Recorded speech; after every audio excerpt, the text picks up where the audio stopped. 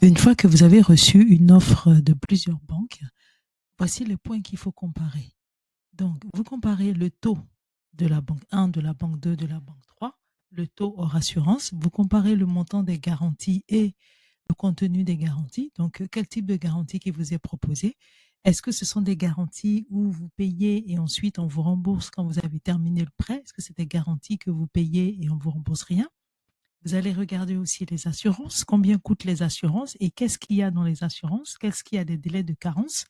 Délai de carence, ça veut dire que par exemple, au moment où vous voulez, vous avez le risque et que vous voulez bénéficier de l'assurance, est-ce que ça marche automatiquement ou est-ce qu'on vous donne un délai avant que ça fonctionne? Ici, vous avez le montant des frais de dossier, donc vous allez comparer le montant de frais de dossier par banque. Vous allez comparer aussi le coût des cartes de crédit parce que souvent certaines banques sont très offensives en termes de taux, mais derrière les frais des cours des cartes de crédit et les frais de gestion de compte sont élevés.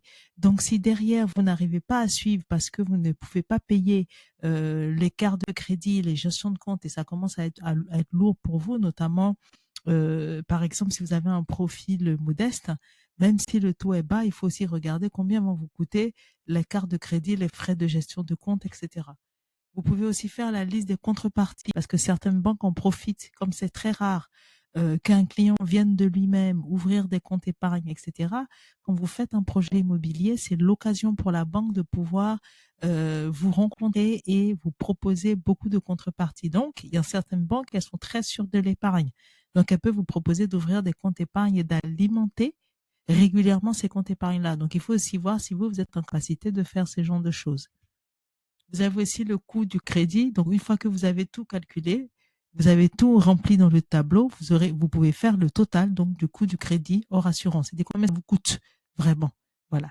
Pour les assurances, je mets hors assurance parce que les assurances sont modulables. Vous pouvez prendre le prêt dans la banque et puis après, 3 mois après, vous pouvez changer le prêt ou le mois même d'après, vous pouvez changer les assurances.